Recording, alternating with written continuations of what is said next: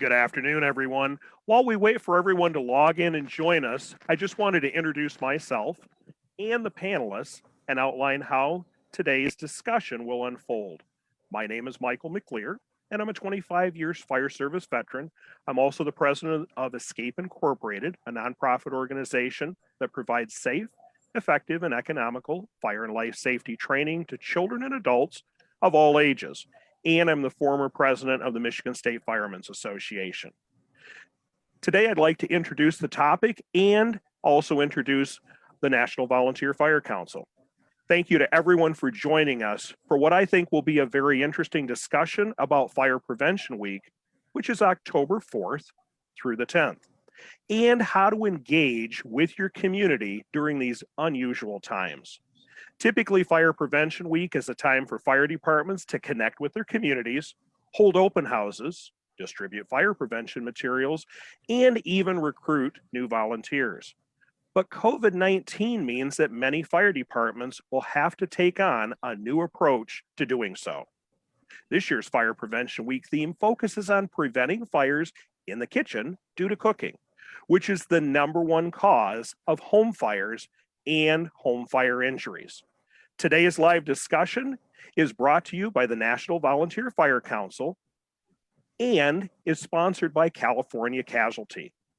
Before we begin, I would like to give a brief overview of the NVFC and introduce our panelists.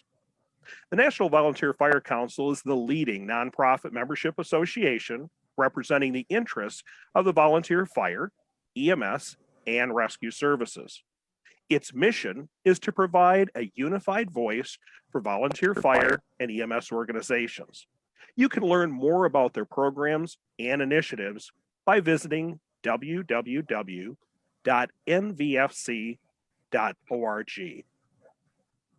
Now I'd like to introduce our panelists.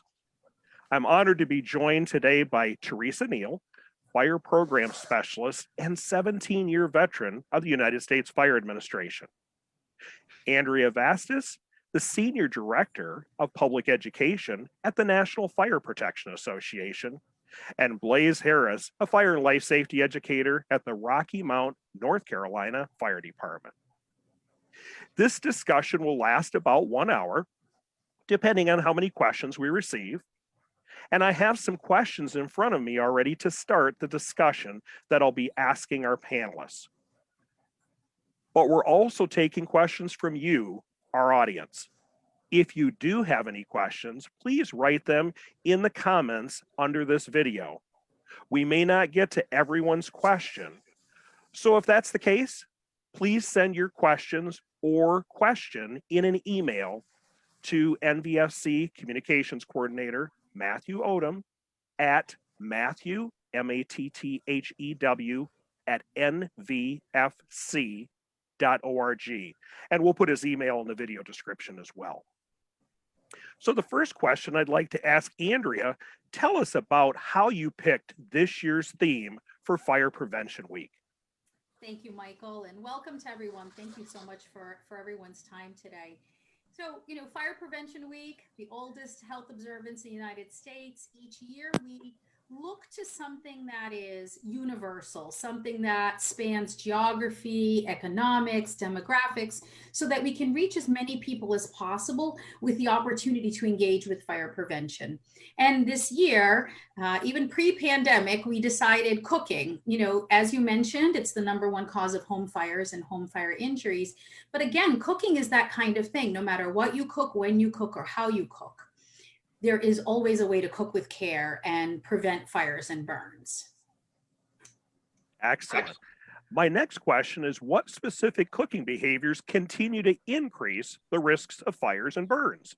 Yeah, and this is a really interesting one because by and large, still about 1/3 of the cooking fires are happening because of unattended cooking, which means people are leaving their frying pan. People are walking away from something that is roasting in the oven. They're getting distracted. They're falling asleep. And so we know that unattended cooking really leads the pack. And that's a major behavior we want to change, right? Watch what you fry, stay in the kitchen, stand by your pan, whatever we have to do to get people to to see that. And then there are the other kinds of behaviors, making sure that you're not letting things that can catch fire too close to the range. What's kind of interesting and feels counterintuitive is the majority of these cooking fires happen on electric ranges. And so we think about the gas range and an actual flame, but those electric ranges get really hot. And so the food inside and the grease inside can get hot, and things next to it can catch fire. That's great information, Andrea. What shifts did NFPA make in light of the pandemic to promote Fire Prevention Week and fire safety this year? Different world we live in now, and you know what's interesting, that because we picked cooking pre-pandemic, is with more people at home and more people cooking at home and people on top of each other, anecdotally we're actually seeing more cooking fires in homes. We know departments are responding. The data will catch up to that, but we know this is actually a bigger deal even now more than ever within this. So we didn't have our usual launch at our major conference and expo. We weren't able to do any kind of in-person thing. So we created a video, which our friend Blaze Harris culminates the video with his awesome TikTok. And so we got that out there when we launched the theme June 1st. We made some quick pivots. We were working on a teacher education curriculum, and we quickly pivoted that to a digital curriculum. We have some more digital assets that are going to be uploaded soon to our sparkyschoolhouse.org website to help the community fire and life safety educator be able to do this. And we really upped our social media game, and we engaged across our partners. And we said, look, let's all do this together. Here's a bunch of social media we can do. Let's all use the same hashtags. Let's tag each other. And it was really about amplifying. So our job was to provide what we could for resources and let people bring it out to their communities as they know best. Oh, that's great. Speaking of resources, Andrea, what kinds of resources does the National Fire Protection Association have for our fire life safety educators? Thank you. So the best place to start, especially now, is firepreventionweek.org, fpw.org, where we have created for you everything you can plug and play into your efforts, from fillable flyers to proclamations to letters seeking funding. The other thing that we're really happy to be able to provide this year is pre-formatted social media cards. Representing a number of behaviors, representing a number of audiences, and in English, Spanish, and French. So those are the key assets, along with our tip sheets, our downloadable cooking checklist. Those are always the best place to start. Of course, our own public education website has a number of things if you are looking specifically for pre-K to age 2, Learn Not to Burn, or older adult fire and falls with our Remembering When program. So those are all opportunities for you to engage with our assets. And then, of course, I would be remiss if I didn't say, you know, our educational messaging desk reference. And that, thank you, Teresa. So, you know, USFA doesn't put anything out the door without checking that document.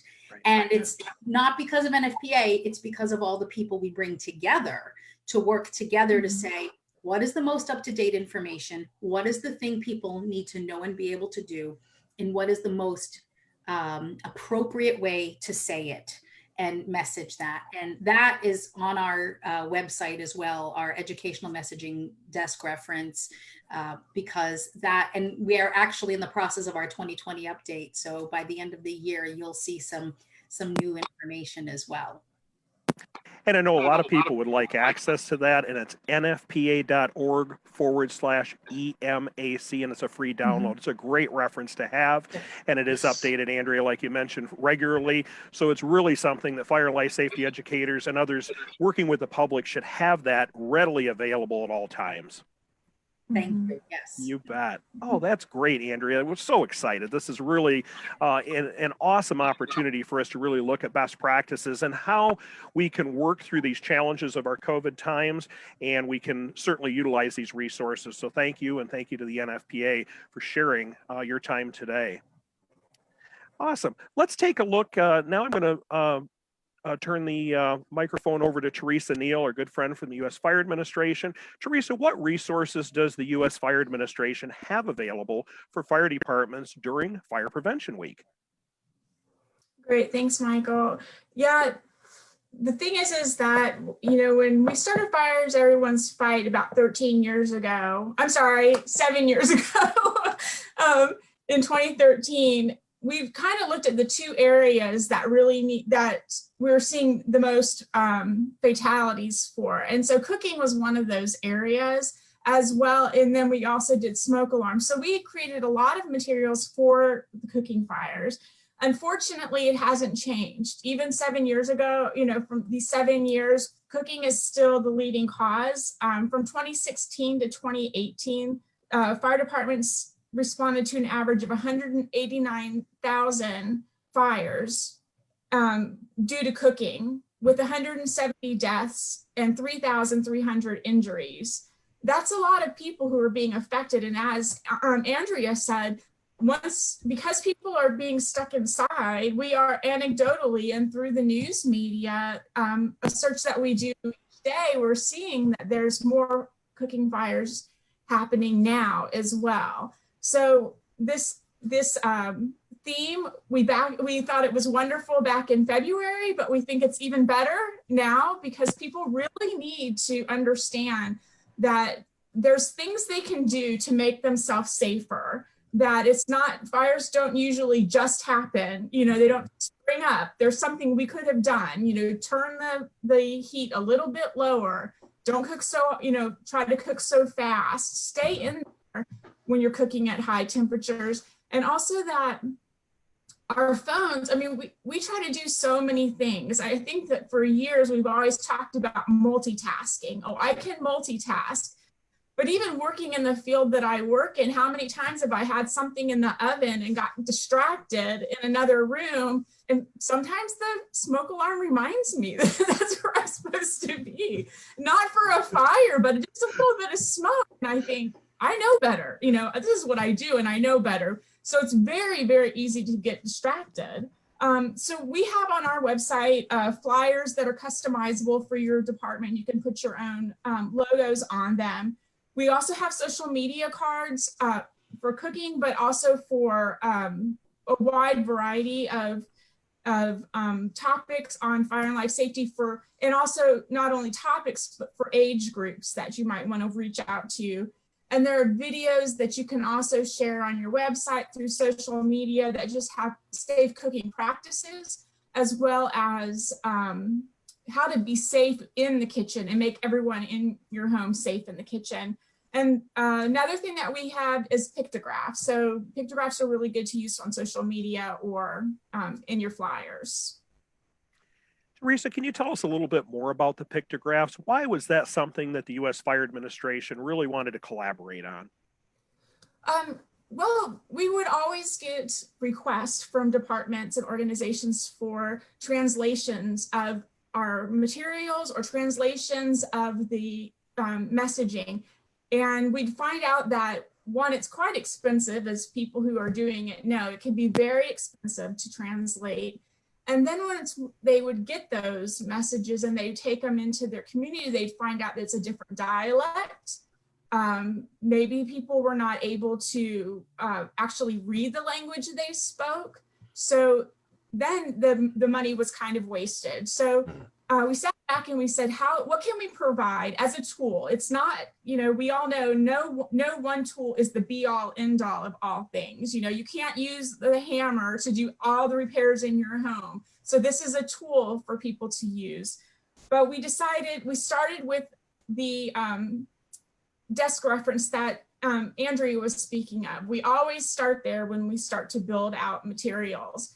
We took those messages and took a look at them and said, okay, now that we know these great messages, how can we drill down to some nuggets that can be shown pictorially? And we took those messages, we made them into pictures, like a message through a sequence of maybe up to 6 frames, to be able to walk people through the steps so that they could understand.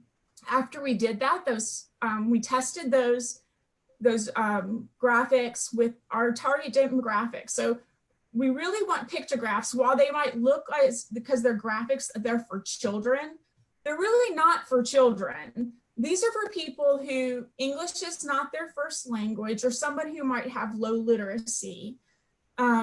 So we tested it with with people that have lived in the United States less than 5 years and spoke Hindi, Mandarin, or Spanish, 4 different types of Spanish. We tested them with them. We made refinements based on that. Then we went back and tested the refinements just to make sure they were understanding it. And we found that what we have been able to provide to everyone is, is it going to be understood by every single person? Of course not, but it is understood by the majority. So we feel comfortable putting them out there. Let me see. So what we've found with the pictographs is that people have used it as a teaching moment when they're talking to somebody that might not understand them. They have used them to reiterate their fire safety messages. I know that the Massachusetts Department of Fire Services have used some of them to create a new publication they have. It's Fire Safety for Newcomers.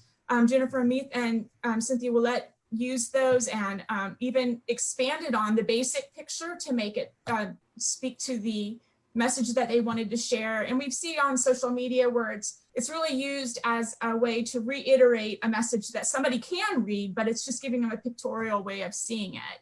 USFA, we created some templates on our website for flyers, banners, and for door hangers that you can use the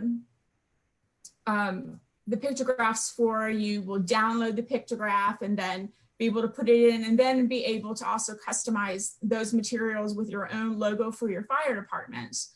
But instead of giving you all the information on how to do that, we have a how-to video on the pictograph site that will really walk you through the pieces that you need to do so that it'll make it easier for you. That's fantastic, Teresa. Lots of great resources for fire and life safety educators, firefighters, and practitioners to really utilize in their local community and really determine under community risk reduction what are their needs and where does their focus need to be. And this is just a great opportunity to share those great resources. usfa.fema.gov, and then that'll allow everyone to go right to the publications or any of the vast variety of resources that Teresa's talked about. Fantastic. Thank you, Michael. You're welcome. We have a question here, and this is going to be an open question to everyone before we go to Blaze for asking him some specific questions. But one of the questions that came in here is, what are some creative ways fire departments can engage with their communities during Fire Prevention Week while keeping themselves and those they serve safe? Some examples would be virtual open houses, things like that. What are your thoughts? Who would like to go first? I can tell you what we know some of our fire and life safety partners are doing. They're partnering with local food pantries to distribute the materials when people are picking up food. They're partnering with local restaurants to distribute materials while they're picking up food. Their school lunch programs. So for schools that are remote, they're still providing school lunch, or their local boys and girls clubs and their dinner delivery programs. So one of the key ways that people can really do this is use a vehicle that's already established and people are going to your local supermarkets while they're bagging the groceries. You want to reach older adults, go at 7 in the morning at the grocery store. Mm-hmm. Doing those kinds of things has made a huge difference. That's great. That's a great way to connect with community.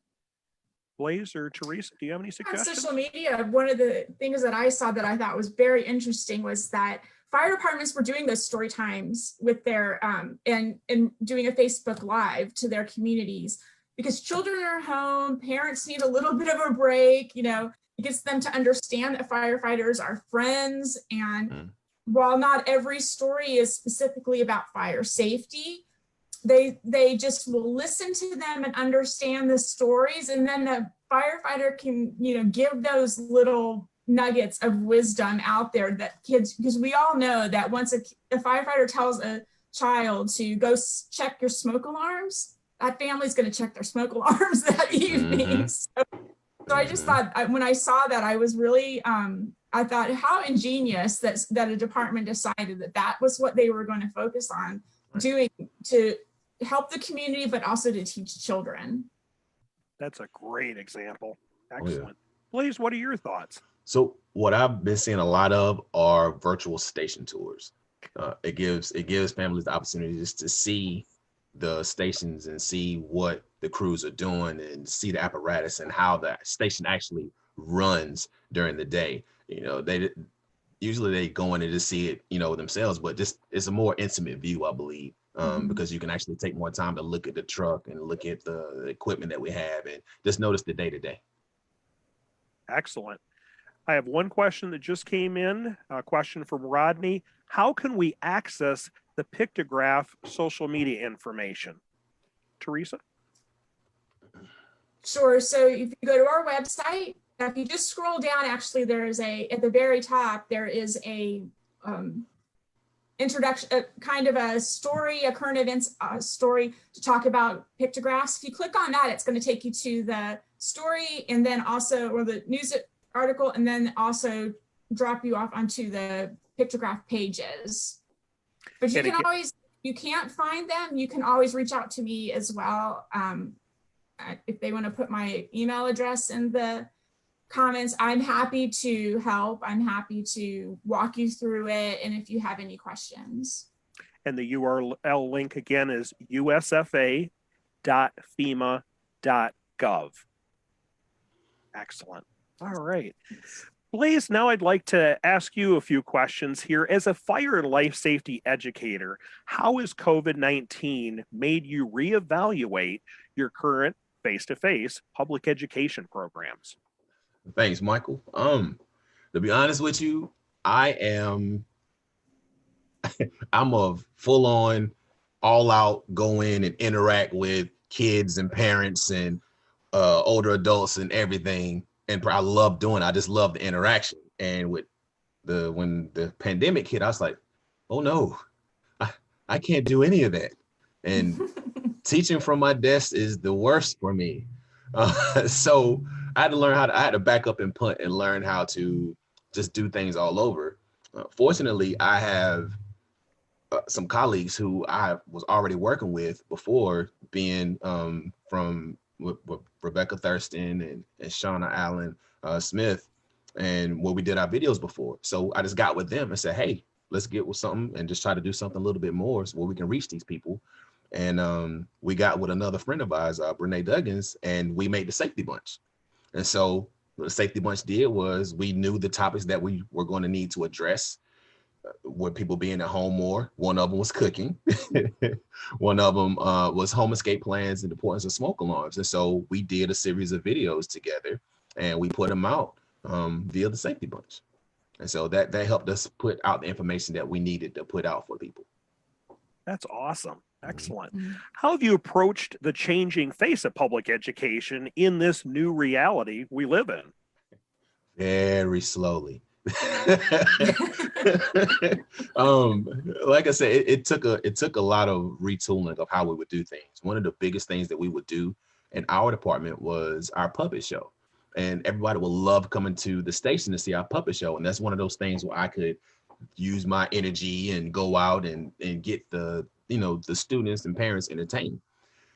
But like I said, we can't do that now. So what I did was I took and recorded all of our puppet shows and put them on our YouTube page. So now all of our puppet shows are available on our social media. So if teachers want to use them, they can go to our social media on YouTube and click the puppet show, whichever one they want to use.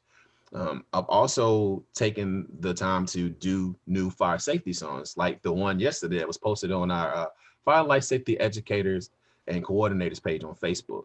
So I use that to promote things that I'm trying to do, but I also go over there and see what other fire departments are doing as well. So I've seen some amazing things up there, and I'm gonna let y'all know I'm taking some of you guys' idea. I'm not going to claim them as my own, but I'm going to use some of those ideas that I've seen because they're amazing. And it's a great resource for fire life safety educators and coordinators just to go up and just get ideas if they are if they getting in a rut and they can't figure out, oh, what I want to do this day, what I want to do this day. It are several different opportunities and several different lessons and activities that we could go through and see what other departments all across the country are doing. That's excellent, Blaze. And let me go ahead and remind everyone, if you're not a part of that Facebook group, it's called Fire Life Safety Educators and Coordinators. Please join that free group on Facebook. There are numbers of colleagues across the country and even outside of the United States that share best practices, and there's activity daily that's going on. If someone poses a question or has a problem, there's practitioners that are posing solutions that they've overcome those challenges. So let's turn those challenges around to opportunities, and it just works really well. Fire Life Safety Educators and Coordinators. It's a Facebook group, and feel free to join and learn more about best practices, especially during these difficult and challenging times. One more question, Blaze. How do you feel your messaging has changed as a result of COVID-19? So, Michael, I'm glad you asked that because it hasn't changed because I use the EMAC for everything that I do. Excellent. So when I write my songs, I be sure that I get all the proper information and get it in there the correct way. Sometimes getting stuff to rhyme is difficult, but the messaging stays the same. It hasn't changed. We just updated, and made songs and stuff applicable more to COVID-19 and how we would do things with washing your hands and just being just safer in general, and distancing. And so it's for the most part, our messaging has stayed the same. We just had to adapt with the pandemic coming through. So it was an easy transition though. Super. There's one question that just came in, Blaze, for you, and it's from the Safe Kids of Greater South Haven. Are your videos somewhere the public can access them? Yes, they are. You can go to our YouTube page or under Rocky Mount Fire Department, but you can also go to our Facebook page. We have social media on Facebook, Instagram, and Twitter, and it's at Rocky Mount Fire. And everything that I post on our YouTube page shows up on our social media on Facebook too, as well. Super. One more question that's just come in for you, Blaze. Have you found that being forced to go virtual with your information, has this actually increased information going out to your communities that wouldn't have happened if you weren't forced to do it? I think the information is still getting out. Fortunately, we've already had we've had programs that were established already. And so we had these relationships with our school systems, and we were already having these relationships and pushing information out through them as well. Now, I think it might be, in some cases, it may be a little difficult because we may not be able to reach our seniors as much as we usually would. But our kids and our adults, we are having success in getting the message out. That's awesome. I have a question. How are we evaluating our knowledge gain or behavior change when we're able to deliver information virtually? Is there a way that we can share some best practices on evaluation? And I'll open that up to the group. I think one of the things that we think about behavior change and we think about what it takes to make behavior change, it's usually a multifactorial approach, right? It's not me saying, hey, go get your flu shot. And you're like, yeah, great idea. I'll go get my flu shot, right? There's, when we say to people, put in a smoke alarm, there's 8 decisions you have to make. What kind of smoke alarm? Where do I put it? How do I install it? What kind of battery does it take? It's in, now what? So to be able to go from A to B, with behavior change, we put this message out and we saw this change. It's a lot harder to do. And so, but when you have a community effort that has education, plus boots on the ground, dedicated work, plus, some resources where you're tracking maybe the referrals, and then you start to look longer term at the data, you can put some pieces together. The biggest thing is documenting so you can at least do good process evaluation. You can see what processes are working and getting a person to the next place. You respond to a lift assist. Did they make an appointment with their doctor afterwards? Well, how do you find that out? You've taken the time to make a phone call to say, hi, Mrs. Smith, just want to check in on you. We picked you up off the floor last week. Today we want to hear, how are you doing? What can we do for you? How do we do that? And so those are going to be the ways when you're doing those kinds of community programs to at least document some of that, the interim steps that would get to the full-on behavior change. That's great. That's excellent. Thank you, Andrea. Teresa or Blaze, do you have anything that you'd like to add as far as evaluation, things you're seeing or that might be useful to our viewers today? I think that Andrea said it perfect. It is very hard when you're just putting messages out to say, I put out 25 messages and now there's one less fire in my community, but it's all of those other steps that you also have to take to follow through. And usually we don't see change until it's past the time frame of being able to see how effective what we did was. So, I think right now, a lot of it's being done in good faith, that is exactly, this is what people need in a time where they can't do what they would normally do. Right. And I think, so timing is the other piece of it too. And, Blaze mentioned about the message hasn't changed, but how we're doing it, correct? So I was once upon a time a communications major, and Marshall McLuhan, the medium is the message. How we get the message out matters just as much as what we're saying.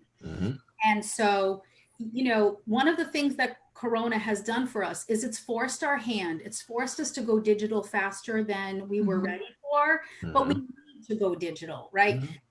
Even the older adults of tomorrow, they're all on their smartphones and social media. Right. And if we, good education has a multiple way of getting out the message. And it also just speaks to the comprehensive fire and life safety programming, because an awareness campaign does just that. It raises awareness, and you can measure, do people know what you're talking about? But if you want to get to the real behavior change, now you have to add in all those other pieces. And I think that it's also helped us to remember that we need to limit the amount of messaging that we give to people. People, it's like, they always say, drinking from a fire hose. People only will take in so much information at one time. And also when Andrew's talking about timing, right now during COVID, people are worried about their health. That's the paramount thing in all of the restrictions and the issues due to this pandemic. This is not the time to give them a sheet of paper with 25 things on it to make them safer from a fire, because there's no capacity for that right now. There's no capacity. So chunking it out into really solid messages like we get from the EMAC, chunking those out and showing them in whatever way, social media card, a pictograph, anything, even on a flyer, but chunking it out to those small messages and doing it often, you're going to start seeing the messages because it's being repeated over and over and over again. And I think that helps us to see that is way more successful than handing a flyer that has lots of messages on there. When as a society, we are at capacity right now. An election, COVID, all of that, I think at capacity. Yeah, and to piggyback off of that, it's like with the chunking, and just seeing it up there. We actually have some of our messaging placed on a flashing billboard at our local Imperial Center. So it's a message that comes out when they advertise, different plays and stuff that may coming out when they're opening up. We got a messaging going on right there. And somebody passes that, it's like, that's something I need to think about. Okay. Yeah, right. Don't cook when I'm sleepy, or check my smoke alarm and everything. It's not it's not forcing it down there. It's just putting a little nugget for them just to remember for later on. Yep. This is great advice, absolutely, and definitely something that we want to make sure that we give those opportunities to those viewing here today. Shannon W. has a question. Any advice for, quote, slow houses and engaging our communities better? Is there a way not to provide the information, not just to provide the information, but also increase participation and interest? So can I piggyback? I'm on attack this one. All right. Sure. So the video that I released yesterday took place at a slow station, at a slow house. And I knew that that station doesn't get a lot of, they don't get a lot of activity. So I said, this is a nicer station. It's a slower station. So let's go get some of these guys involved. And you saw from the video, they were all into it. And that was the thing. And it was just, I wanted to showcase the different sides of our fire department. These guys might not get as much attention as everybody else does because they're not the big house. You know, they're not the busy house, but they matter just as much.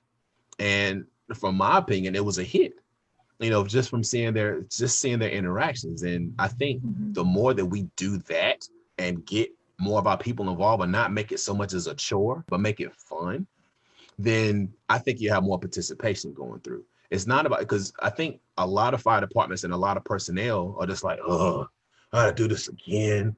I gotta go and do this one more time. Why?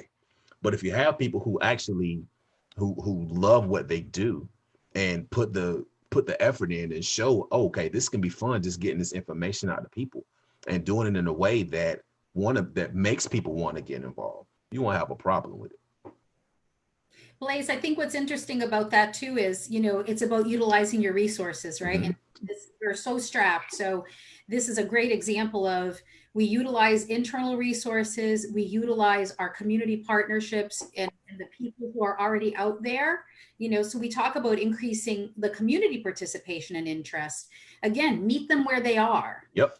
Meet them where they are. And we had actually done some market research at NFPA, and we found these things called windows of opportunity, you know, and it's pretty intuitive, right? When are people more willing to hear what you have to say or engage, look for information? When they're changing residence. I'm getting my first apartment, I'm upsizing, I'm downsizing. A change in my living arrangements, maybe loss of a partner, you know, no longer an empty nester, everybody's back in, right? All of a sudden you're trying to renegotiate the space, same space, but a whole different way of using it. Things like caring for children. So whether you're the formal or informal caregiver, that's a big piece of it as well. We know that older adults, as they approach with mobility issues, there's a heightened sense of, I can't do the things I could do before. And then the salient fire experience, which is, this happened to your neighbor. How do we not let it happen to you? And so that again goes back to putting those pieces together of what motivates people, what interests people, what are they interested in? I know you have all this stuff you want to say to them and, you know, get out to them, but what is valuable to them? And that's where we meet them, and then we go along together. Absolutely.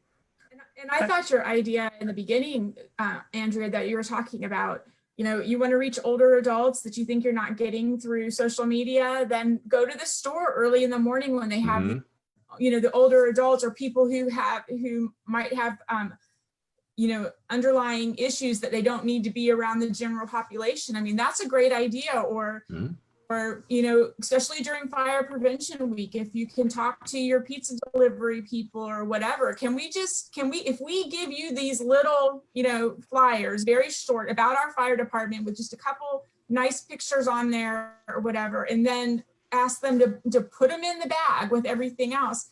Grocery stores, everybody goes to the grocery store. So, you know, lots of times my small grocery store will put a little flyer in the bag when they're bagging up the groceries anyways. So those are ways to think about, you know, how can I just, if you want to get it in their hands or make them aware, but you know, obviously, you know what you're talking about, Andrew, that finding that niche of how does that help somebody? You know, when is it that people will think about making changes to their life or changing the way that they do things? thinking And- that through so that your message is not just given out, but it's what they need at that time. Mhm. And we do know that the public's interest is at peak during and soon after that emergency. The longer Mhm. after that emergent event, people aren't as not necessarily interested, but they're not as focused on prevention messaging or best practices and actions they can take to prevent an incident from happening to them or their family. Mhm. So it's really important. Again, the Educational Messaging Desk Reference is a great resource, not only to use in your public education outreach, but also as a public information officer, working with the media, being able to utilize the standard messaging, because consistent messaging is much more effective. Yeah. And as Teresa mentioned, if we don't overwhelm people and throw all the messages that we know at one time, we're much more successful for people to digest what they feel is relevant for their family. And one other plug for the desk reference, I just want to say what I usually tell people is that if I'm going to go do something, it's think about like the dieting world. Mhm. You jump out into the dieting world and you get told, I need to go keto, I need to go low fat, I need to do low carb, and you get bombarded with all of these messages that are, everyone believes what they're saying, but they're just too much. It becomes noise to the point that you step back and go, never mind, I'm not even feel like it anymore. So our people are like the same way when it comes to fire safety messages. Firefighters have an abundance of great information to tell people, but if they're telling them one thing and NFPA is telling them one thing and USFA is telling them another thing, most people feel like they don't know anybody who's had a fire and they will never have a fire. So you start giving them a lot of different messages, then they just, never mind, I'm not interested, or it's too much.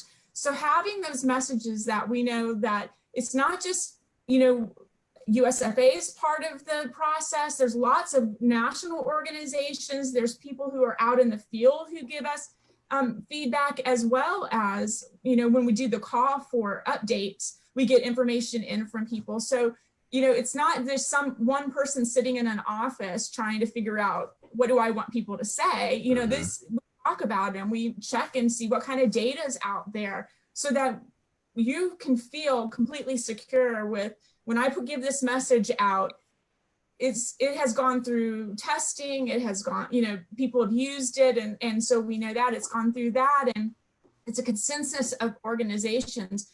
And that is beneficial to your consumer. It's beneficial because they are getting the same message from no matter who they speak to. And then they can feel, good about it. They can feel like, oh, this is, important. It has that gravitas that goes with it, that they can get behind it. So we use it for everything, and I would just love to see all of us use it, because then our messages are very, very clear to the people that are we want to receive them. Absolutely. We have another question. This one came in from Heather S. In addition to utilizing social media, what other forms of communication have you found successful in distributing information and ensuring it is utilized or is a utilized resource during the pandemic? So again, there's the chance, it depends on your audience, right? Are you trying to reach kids? Are you trying to reach parents, older adults?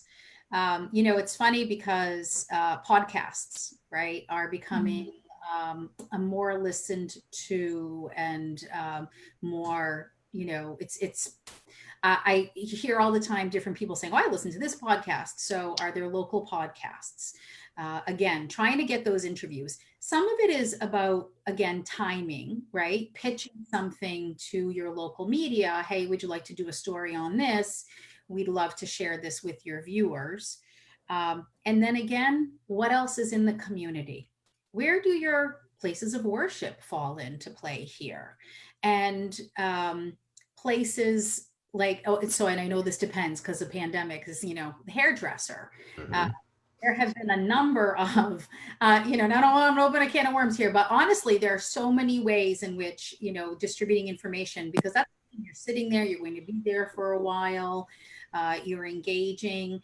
And Teresa, I think it might have been USFA who had worked with the Visiting Nurse Association to end Meals on Wheels, right? So Those are always our targets to get them to start.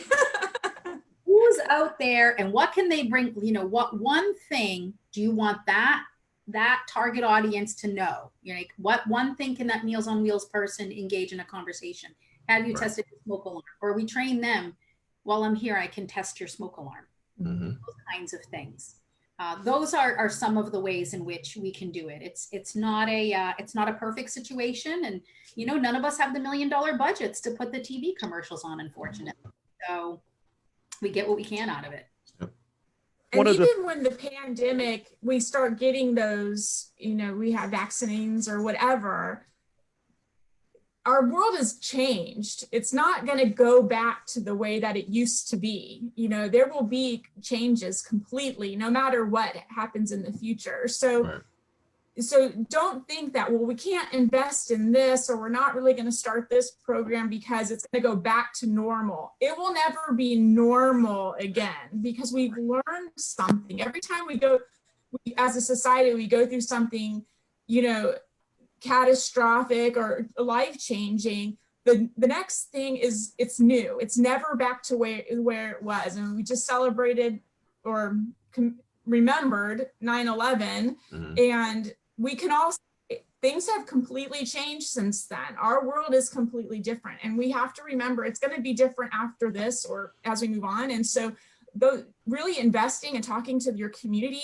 investing that time when you can to see what they need and what, you know, the risk assessments that you can do to really what is our risk, and all of those pieces, they are really going to be helpful for you in the future, because it's not going to be, oh, we're going to get to go into classrooms all the time. Maybe not, but it might be it'll look different in the future. And so you're really just investing in your future by starting some of these programs.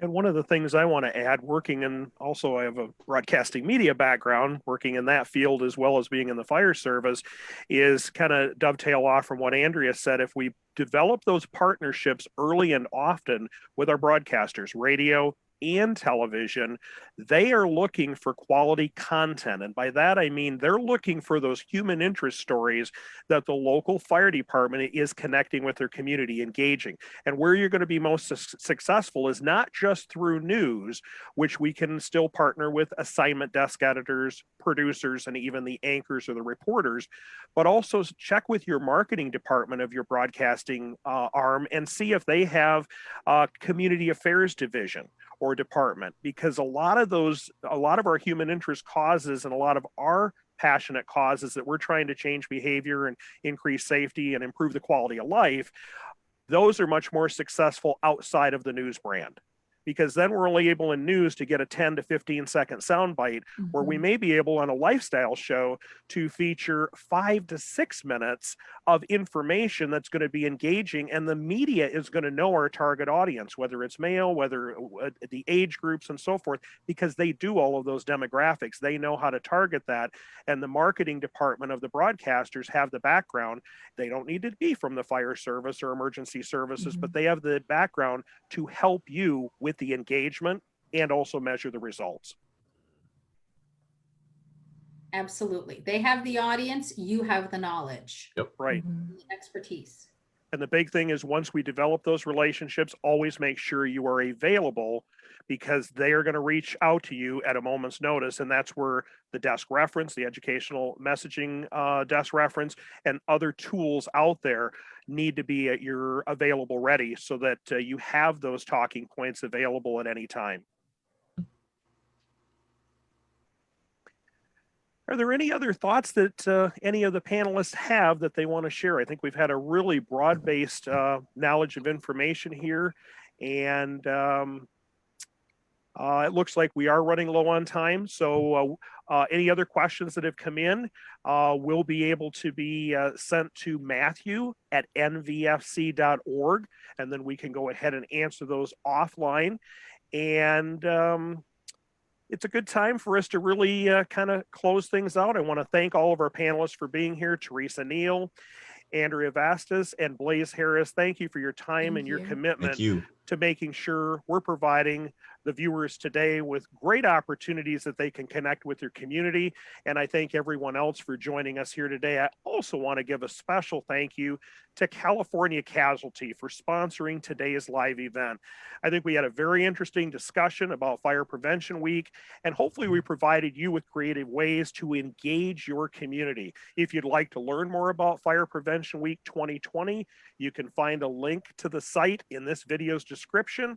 We'll also include a link to the United States Fire Administration's website and the National Fire Protection Association's website as well. And just a reminder, if we didn't answer your question, just please email NVFC's communication coordinator, Matthew Odom, at matthew@nvfc.org. With that, on behalf of my panelists, I'd like to thank everyone for taking the time out of your busy day to join us here today. And we hope you all have a great afternoon and, more importantly, a successful Fire Prevention Week connecting with your community. Thank you all.